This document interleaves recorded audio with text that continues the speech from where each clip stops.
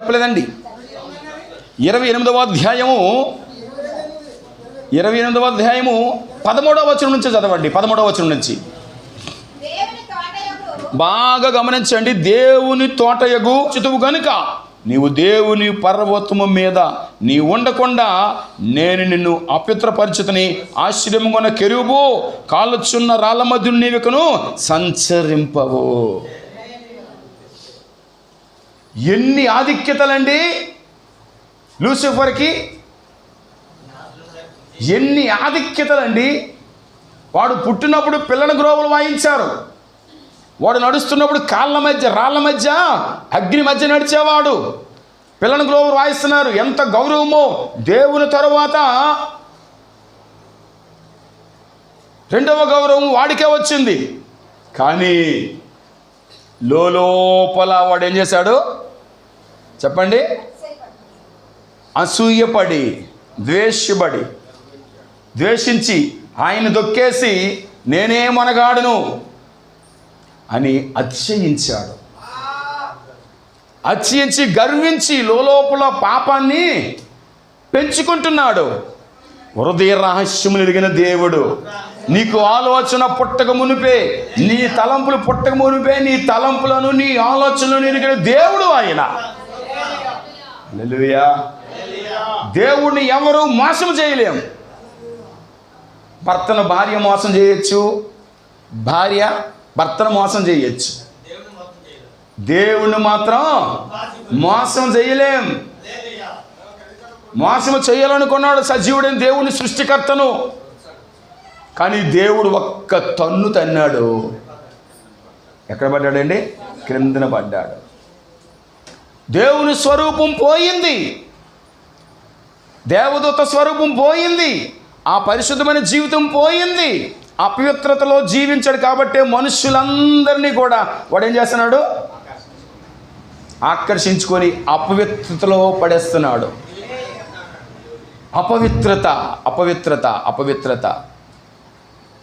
అపవిత్రతలో పడేస్తున్నాడు కాబట్టి సంఘాల్లో దేవుని యొక్క శక్తిని కోల్పోతున్నా. నిజమైన అద్భుతాలు, ఆశ్చర్య కార్యాలు మన దైనందిన జీవితాల్లో, మన కుటుంబాల్లో మనము చూడలేకపోతున్నాం.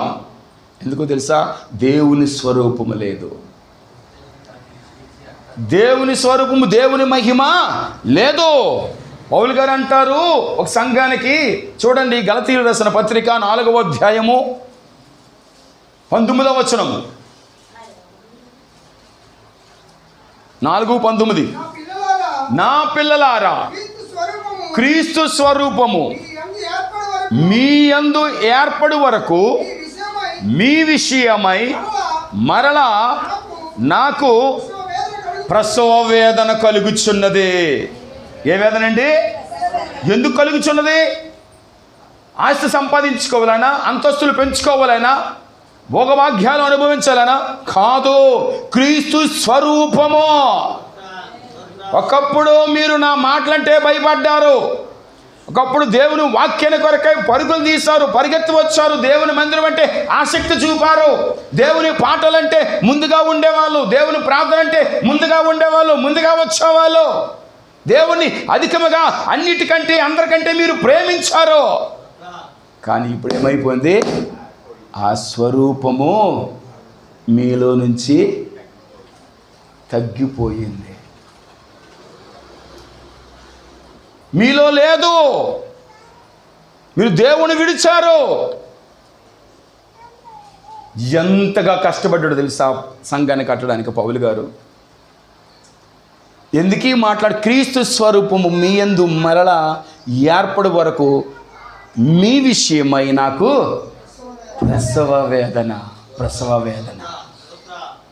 గర్భములో ఉన్న బిడ్డ, కడుపులో ఉన్న బిడ్డ ఎంత త్వరగా 9 నెలలు నిండుతాయా, ఎంత త్వరగా బయటకు వస్తుందని తల్లి ఏ రీతిగా అయితే ఎదురు చూస్తుందో దానికంటే ఎక్కువగా ఇంకా నాకు ప్రసవ వేదన చెప్పండి కలుగుతుంది. ఒకప్పుడు మీరు ప్రార్థించినప్పుడు దేవుడు మీ ప్రార్థన విన్నాడు. మీ జీవితాల్లో అద్భుతాలు చేశాడు.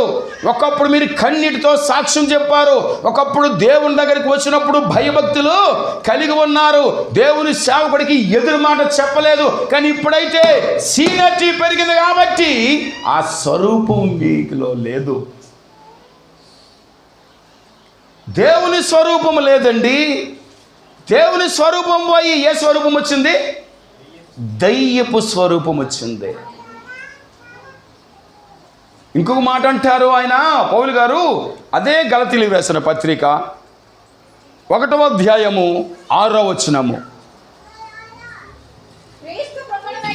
క్రీస్తు కృపను బట్టి మిమ్మును పిలిచిన వానిని విడిచి భిన్నమైన సువార్త తట్టుకు మీరెంత త్వరగా తిరిగిపోవుట అదండి నాకు ఆశ్చర్యమగుచున్నది. సరి అయిన బోధలో నిలవక, ఖండింపు గద్దింపులో మీరు నిలబడక, ఏంటి దైవజనుడు ఎప్పుడు నా గురించే మాట్లాడుతున్నాడు, ఎప్పుడు నాకే ప్రసంగం తగులుతుంది, నన్ను గురించే మాట్లాడుతున్నాడు, నన్ను ఉద్దేశించే మాట్లాడుతున్నాడు అని అనుకోండి. వారు ఉన్నారా లేరా చెప్పండి? చాలామంది ఉన్నారు. అందుకని సంఘాల్లో ఉద్యోగం లేదు. ఎప్పటి నుంచో ఒక సంఘం మమ్మల్ని పిలుస్తుంది. ఎప్పటి నుంచో ఒక సంఘం పిలుస్తుంది, రండి రండి రండి బ్రదర్ అని. వెళ్ళాం. రాత్రి వెళ్ళేసరికి అంత ఫ్యాషనే అక్కడ. ఏ ఫ్యాషను? స్టైలు. అంత స్టైలే. ఒక భారభరితమైన ఆరాధన లేదు, భారభరితమైన ప్రసంగం లేదు, భారభరితమైన ప్రార్థనలు లేవు. అంత ఆర్భాటము. పైన పటారం, ఇంటి పేరేమో కస్తూరి, ఇల్లంతా కోడిపీతుల కంపు. ఇంటి పేరేమో కస్తూరి వాళ్ళమండి మేము. ఇంటి పేరు. నా ప్రియమైన దైవ ప్రజలారా, ఎందుకంటే అంత్య దినాల్లో మనం ఉన్నాం. ఏ దినాల్లో ఉన్నాం? ఆఖరి దినాల్లో ఉన్నాం. ఎప్పుడు మనం చనిపోతామో మనకు తెలియదు. కాబట్టి పరిశుద్ధపరచబడి క్రీస్తు స్వరూపము కోల్పోయామా? అందులో నిలబడ్డామా? క్రీస్తు ప్రభావం నాలో ఉందా, నాలో లేదా అని ఒకసారి మనం నెమరు వేసుకోవాలి. దేవుని స్వరూపము ఏర్పడు వరకు మీ విషయమై మరలా నాకు చెప్పండి ప్రసవ వేదన. దేవుని పిల్లలు అనుకుంటున్నా, దేవుని శిష్యులు అనుకుంటున్నా, క్రైస్తవులు అనుకుంటున్నా, మనం ఏం చేయాలి తెలుసా? క్రీస్తుకు తగ్గట్టుగా మనము బ్రతకాలి.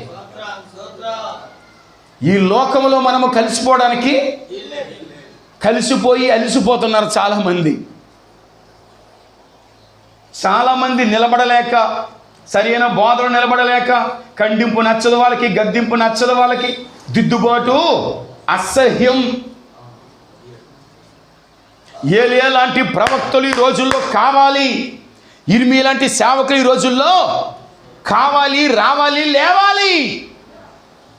నీ కుటుంబం కలిసి నువ్వు ప్రార్థిస్తే, మనము ప్రార్థిస్తే, మన కన్నీటికి చూసి దేవుడు కరుణామయుడిని యేసయ్య నీవు ఇంటిలోనికి రావాలి, నీ ఒంటిలో నివసించాలి ఆయన.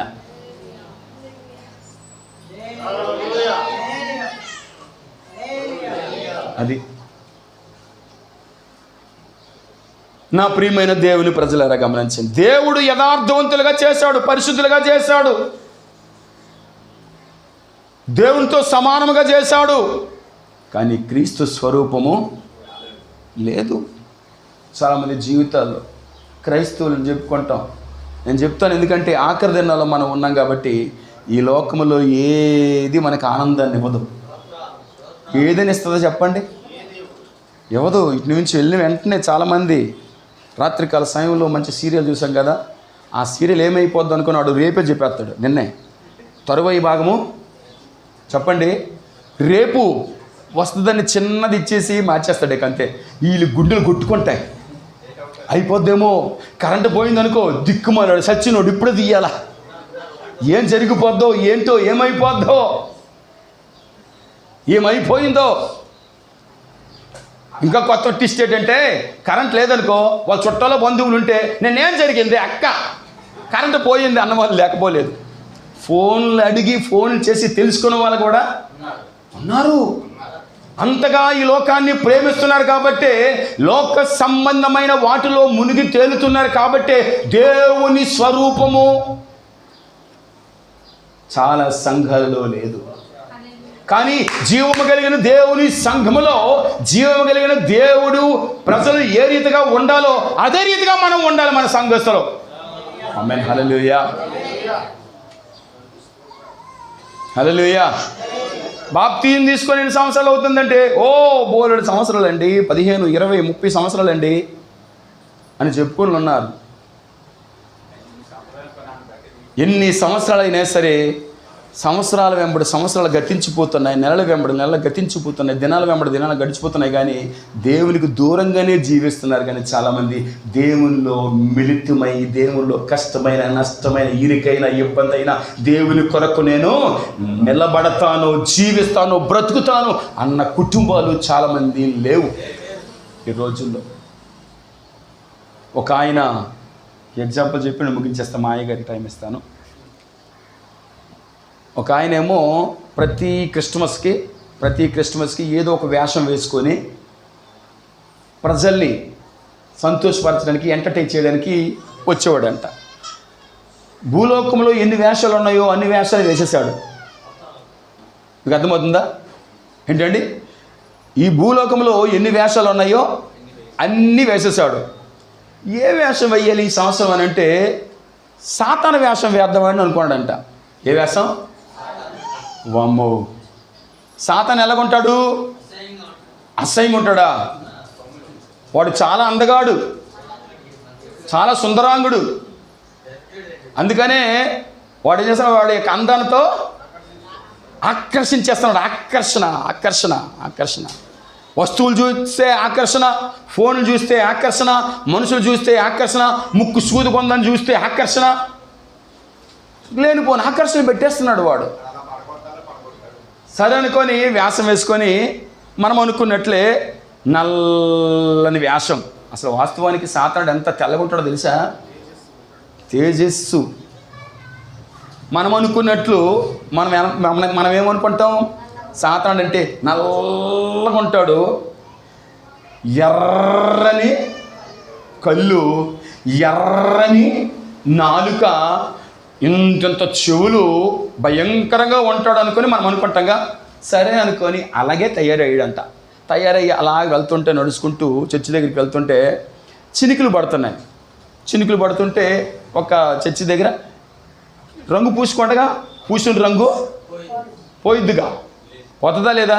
చేసిన పాపం ఊరికే పోదు, వేసిన వేషం ఉడక తప్పదు, రాసిన రంగు పౌడరు రాలకపోదు, వేసిన పంట కోయక తప్పదు, మేలుకో ఓ నేస్తమా,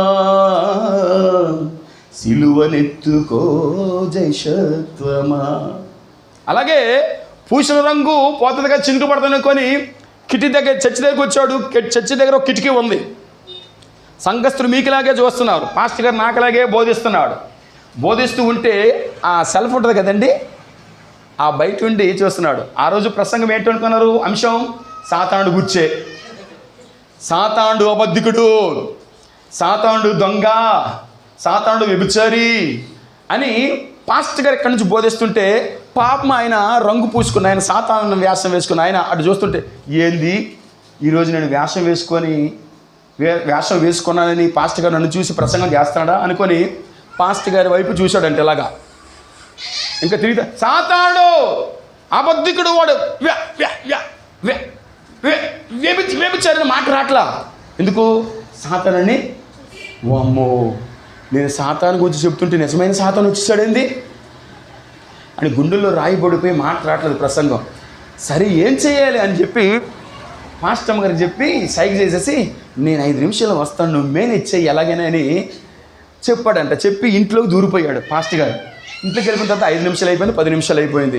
పాస్టమ్ గారికి అడిగారు. పాస్టమ్ గారికి అంటే అయ్యగారు మధ్యలో వెళ్ళిపోయారు ఏంటమ్మా, ఏమైంది అంటే, ఏమనయ్యా తెలియదండి 5 నిమిషాలు వస్తామని చెప్పి, సరే నేను అడిగి వస్తాననుకొని పాస్టర్ అమ్మగారేమో అడిగి వస్తాననుకొని చెప్పి ఇటున్న ఆవిడ అటు తిరిగింది.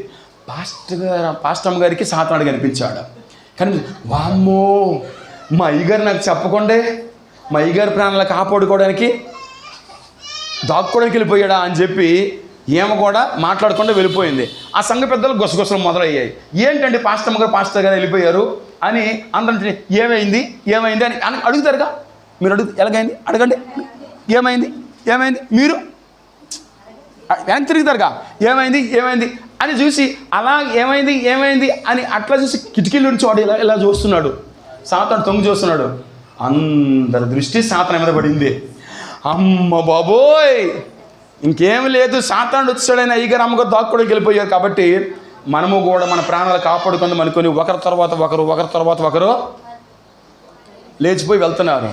లేచిపోయి వెళ్తుంటే నన్ను చూసి పాస్టమ్ గారు వెళ్ళిపోయారు, వీళ్ళు కూడా కంగారు పడుతున్నారు, అసలు ఏం జరుగుతుంది కదా అని నేను అడుగుతాను అని లోపలికి ఎంటర్ అవుతున్నాడు. ఎవరో సాతానుడు ఎంటర్ అవుతుంటే, అమ్మా అయ్యా అసలు ఏం జరుగుతుందంటే, అయ్యా మీకు వందనాలు, నన్ను ముట్టొద్దు, నన్ను తాకొద్దు, నా ప్రాణాలు తీసుకోవద్దు. నేను 35 సంవత్సరాలు అవుతుంది చర్చికి వచ్చి, 30 సంవత్సరాలు అవుతుంది. నేను చర్చికి వచ్చినా సరే నా ఆలోచన అంతా నీ మీదే. నీ శిష్యురాలనే నేను కానీ దేవుని శిష్యురాలను కాదు.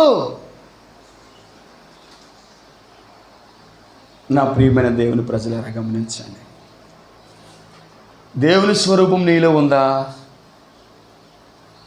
దేవుని స్వరూపం నీలో ఉందా? నా పిల్లలారా, క్రీస్తు స్వరూపం మీ యందు ఏర్పడే వరకు మీ విషయమై మరలా నాకు ప్రసవ వేదన కలుగుచున్నది. తెస్సలోని రాసిన పత్రిక తీయండి, ఒక మాట చెప్పిన ముగించేస్తాను. 2వ అధ్యాయము 14 వచనం చదవండి. 2:14 మొదటి తెస్సలోనికి రాసిన పత్రిక, త్వరగా. అవును సహోదరులారా, మీరు యూదులలో క్రీస్తు యేసునందున్న దేవుని సంఘములను పోలి నడుచుకుని వారైతిరి. వారు యూదుల వలన అనుభవించినట్టే శ్రమలే మీరును మీ సొంత దేశస్తుల వలన అనుభవించితిరి. హల్లెలూయా. తెస్సలోనికి ఉన్న సంఘమానికి ఆ యొక్క పౌలు గారు రాస్తున్నారు. ఏమి రాస్తున్నారు తెలుసా? మీరు వారు అనుభవించిన శ్రమలు అనుభవిస్తున్నారు, కానీ మీరు క్రీస్తు పోలిక, యేసు పోలిక. నీవు మరణము వరకు మనము నిలిచిన వారమైతే ఆయన పోలికగా, ఆయన బిడ్డలంగా మనము జీవిస్తాం. 2వ రాకడలో దేవుడు మనలను ఎదుర్కొంటాడు. హల్లెలూయా. మనకి జీవ కిరీటం ఉంటుంది. కాబట్టి నా ప్రియమైన దేవుని ప్రజలారా, ఎవరి స్వరూపం నీవు? ఎవరి స్వరూపం నీలో ఉంది? ఎవరి పోలిక నీలో ఉంది? ఏ పోలిక చొప్పున నీవు నడుస్తున్నావు, బ్రతుకుతున్నావు? మన ఆత్మీయ జీవితాలు మనం కట్టుకుంటున్నాం. ఆదికాండము 1వ అధ్యాయం 26వ వచనం అంటాడు ఆయన, దేవుడు తన పోలిక చొప్పున మనలను నియమించాడు, చేశాడు. ఆదికాండము 5వ అధ్యాయం 1వ వచనంలో అంటున్నాడు, దేవుడు మానవులను తన పోలిక చేశాడంట. ఆ పోలిక రావాలని ఆయన ప్రయాసపడుతున్నారు యేసు ప్రభువారు. అందుకని ఉద్యోగ కూడికలు, దేవుని పోలిక రావాలనే ప్రతి ఆదివారము దేవుని పోలిక మనలో నివసించాలనే, ఉండాలనే ఉపవాస కొడుకులు, దిద్దుబాటు కోటాలు, దిద్దుబాటు మీటింగులు. నా ప్రియమైన దేవుని ప్రజలారా, అంత్యదినాల్లో ఉన్నాం. ఆయన ఇచ్చే జీవ కిరీటం మనం ఎప్పుడు కూడా పోగొట్టుకోవడానికి వీలు లేదు. మనం దేవుని కొరకు ఎన్ని శ్రమలు వచ్చినా, ఎన్ని కష్టాలు వచ్చినా సరే నిలిచి ఉండిన వారమైతే జీవ కిరీటం మనకి దేవుడు